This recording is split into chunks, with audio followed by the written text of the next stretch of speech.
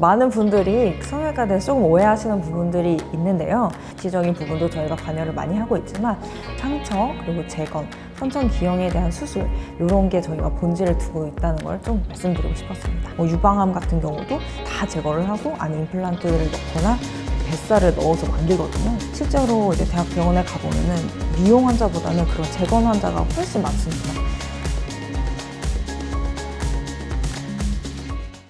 안녕하세요. 어른설명서 구독자 여러분, 강남역 성형외과에서 원장으로 일하고 있는 최진미 원장입니다. 반갑습니다.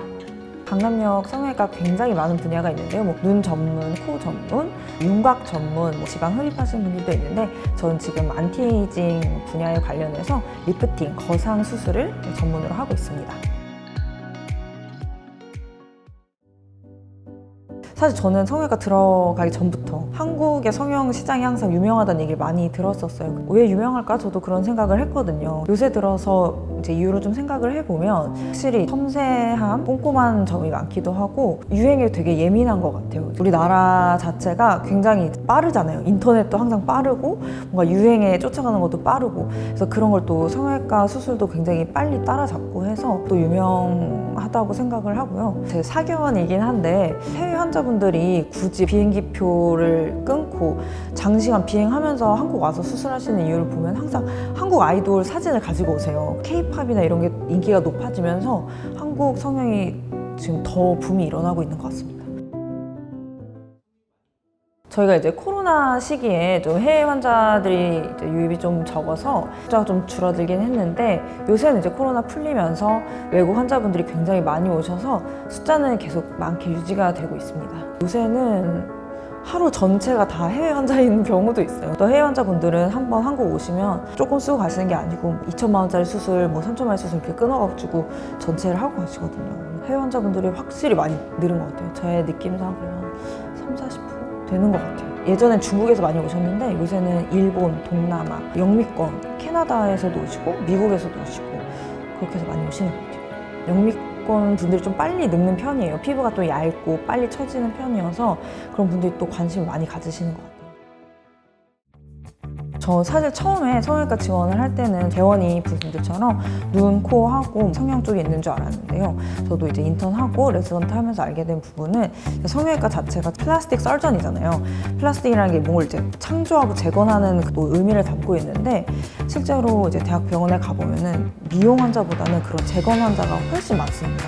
많은 분들이 성형외과에 대해서 조금 오해하시는 부분들이 있는데요.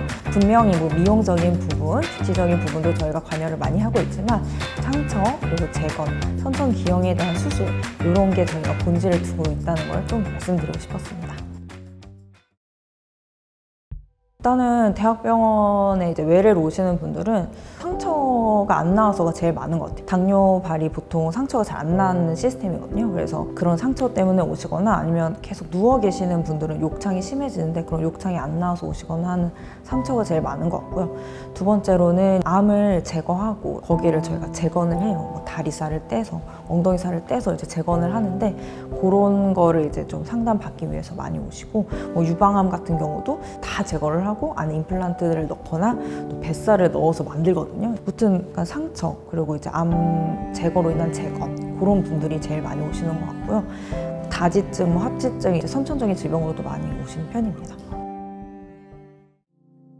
피부만 이식하는 경우 1번, 2번은 이제 피부랑 지방층, 근육 이렇게 같이 이식하는 경우, 세 번째는 이제 뼈까지 이식하는 경우 세 가지의 종류로 크게 나눌 수 있을 것 같은데 화상 환자 같은 경우는 이제 이쪽에 부족한 부분을 허벅지 살에서 떼가지고 밀대로 미는 기계가 있어요. 그래서 피부를 전층 말고 이제 한 반층 정도를 떼게 되거든요. 여기 남은 부분은 자연스럽게 다시 차오르게 되고 종이 조각처럼 기계에서 나오는 피부로 여기를 덮어줘서 그 피부가 잘 생착할 수 있게 여러 가지 약도 주고 드레싱도 매일 바꾸면서 이렇게 하는 방법이 있습니다. 조금 또 징그러운 방법일 수도 있는데 두 번째로 이제 살덩이를 떼서 아예 혈관을 이어주는 방법이 있어요. 그래서 혈관을 또 이어주기 때문에 저희가 미세 접합이 되게 또 성형외과에서는 거의 메인이거든요. 그래서 엄청 큰 5, 6억짜리 현미경을 보면서 혈관을 이어주거든요. 그것도 성형외과의 강점이라고 할 수 있습니다. 보통 허벅지에서 이렇게 타원 모양으로 살을 도려내서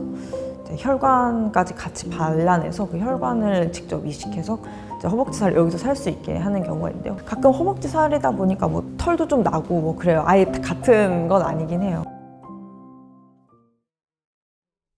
이제 수술이 한번 잘못되고 하면은 그럼 막 밤새 수술장에 있었던 적도 있어요. 저보다 당연히 집도하시는 교수님이 더 힘드셨겠지만 그래서 뭐 한번 새벽 3, 4시, 5시까지 하고 그대로 또 출근해서 또 다시 일하시고 그런 식으로 한 적도 있어요.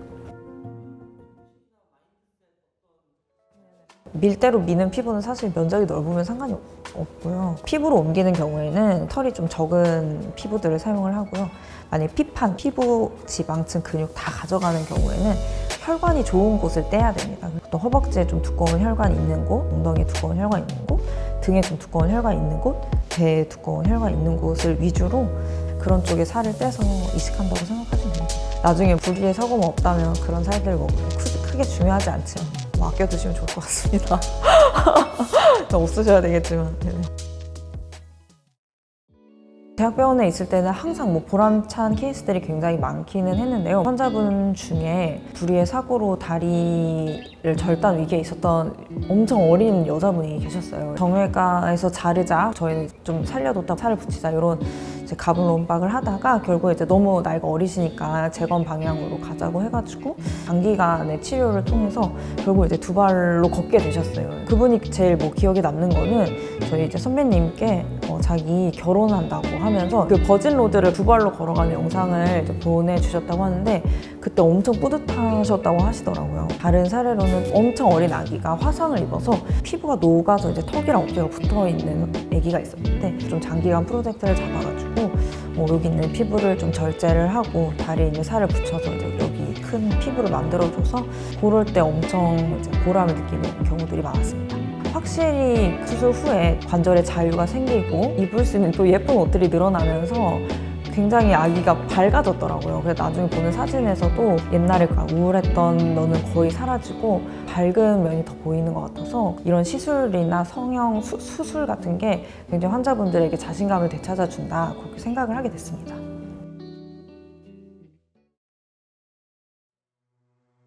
사실 성형외과 개원가에서 하는 수술이나 시술이 생명과 꼭 연결돼 있지는 않고 꼭 해야 되는 시술이나 수술은 아니지만요. 그래도 자신의 외모에 자신감이 없었던 분들이나 부족함을 느꼈던 분들이 이제 성형외과 시술이나 수술을 받게 됨으로써 자신감이 높아지는 경우들이 굉장히 많이 봤어요. 단적인 사례를 들자고 하면은 너무 나이 차이가 많은 커플이 있으셨는데 남편분께서 결혼할 때 조금 자신감 있게 결혼하고 싶으시다고 해서 수술을 받으셨거든요. 안면 거상을 진행하고 나서 너무 만족한다, 자신감이 좀 올라갔다 해서 뭔가 아내분하고 결혼 생활도 더 잘할 수 있을 것 같다 이렇게 마지막에 좀 덧붙여 주셨는데 그런 걸 보면 자신감이나 삶에 대한 태도를 조금 바꿀 수 있는 것 같아요. 생명과 지장이 없는 시술이나 수술이겠지만 그래도 미용 수술이 주는 그런 효과가 있다고 생각을 했습니다.